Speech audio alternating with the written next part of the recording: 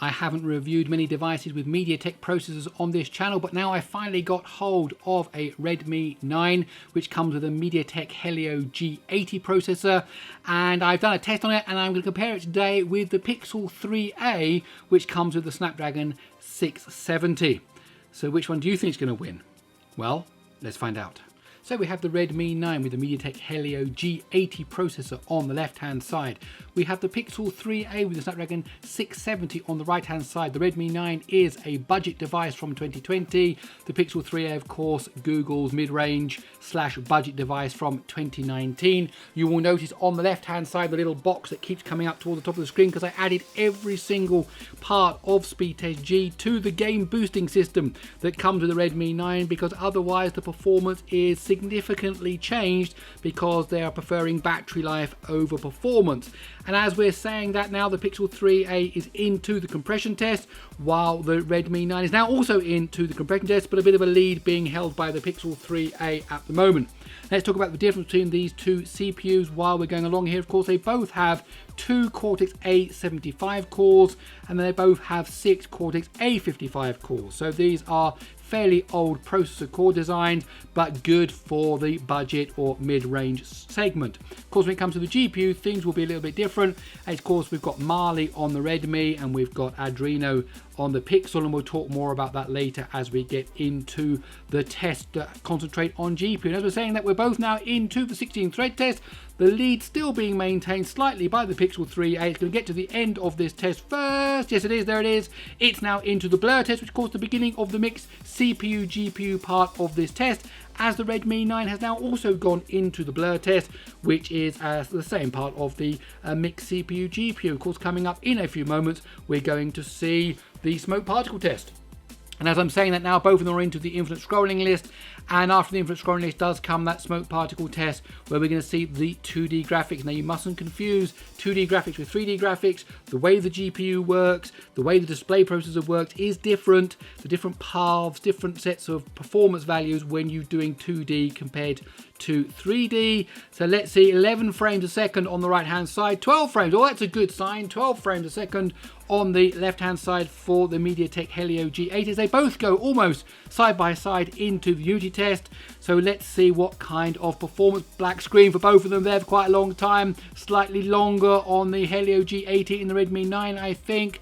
They're both now going through, but yes, the MediaTek is performing much slower, while the Snapdragon 670 is way off. It's up to the castle. It will come down now to the water in a moment. Will the Helio G80 find its feet? Will it get back up and carry on running? Let's see, going over the trees. It's speeding up a little bit.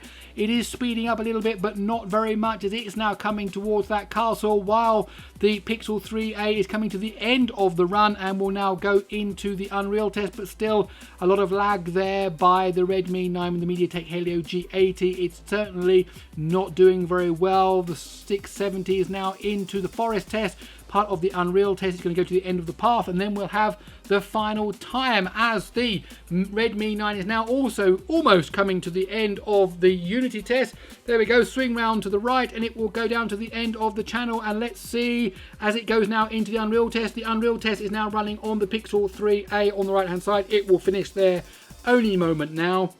Let's see what happens when it gets to the end. So at least they're both finishing the same test at the same time. So one's starting, one's coming to the end. What's the final difference going to be? Oh, it is crawling a bit there. Look at that Snapdragon 670. It is really, come on, it's like crawling on its arms and knees to get to the end. There you go.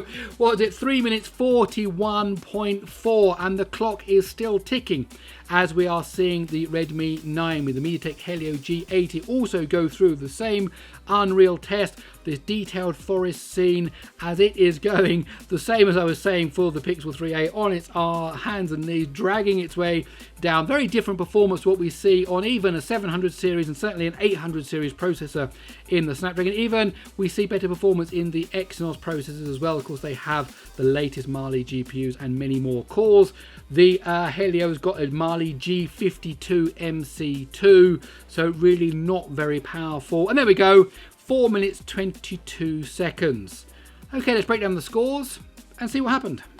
So as we saw there, a convincing win by the Pixel 3a, 3 minutes 41.4, and then quite a while later, the Redmi 9, 4 minutes 22.0. When we look at the CPU, 1 minute 25.2 versus 1 minute 22.4, so fairly close there. The win, of course, to the Pixel 3a, but both CPU cores doing a good job there. In fact, the table turns slightly when you get into the mixed CPU, GPU, 43.5 versus 44.8, so a win there for the Redmi 9. So when it comes to CPU, mixed CPU, GPU, not much between these two devices. However, the big difference here is in the GPU between the Adreno and the Mali in these two different processors. 1 minute 34.2 for the Pixel 3a, 2 minutes 13.2 for the Redmi. So if you're into gaming at all, then it would be better to get maybe a device with a slightly better GPU. However, if you're into social media and to productivity, and of course ignoring other things like camera and battery life,